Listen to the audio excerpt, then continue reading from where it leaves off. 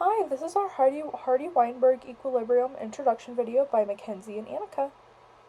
So this is our Hardy-Weinberg equilibrium slide, so we can see the equation used is 2p plus 2pq plus 2q equals 1. So that is the equation used when trying to figure out Hardy-Weinberg problems.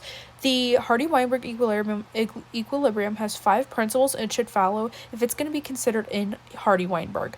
No mutation, random mating, no gene flow, infinite population size, and no selection.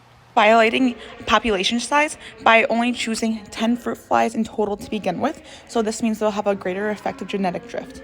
We're also violating no selection because we are selecting for 2 types of wings, vestigial and wild type. That means natural selection will take place, gene frequency will change over the generations, and the survival of the fittest.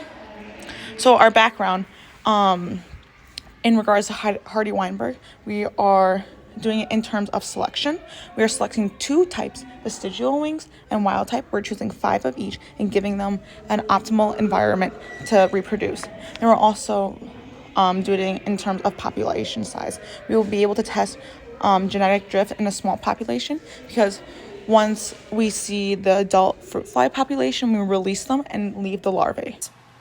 This is our hypothesis. So if vestigial and wild-type fruit flies are in the same environment, then the wild-type fruit flies will survive and reproduce better. So that from week 1 to week 2, that is showing because we started off with the same amount of fruit flies in each, like in our tube, and this week our generation 1 type fruit flies is wild type, 27 to 3. So that is how our first week of generation 1, and then we have a couple more weeks to go. So thank you.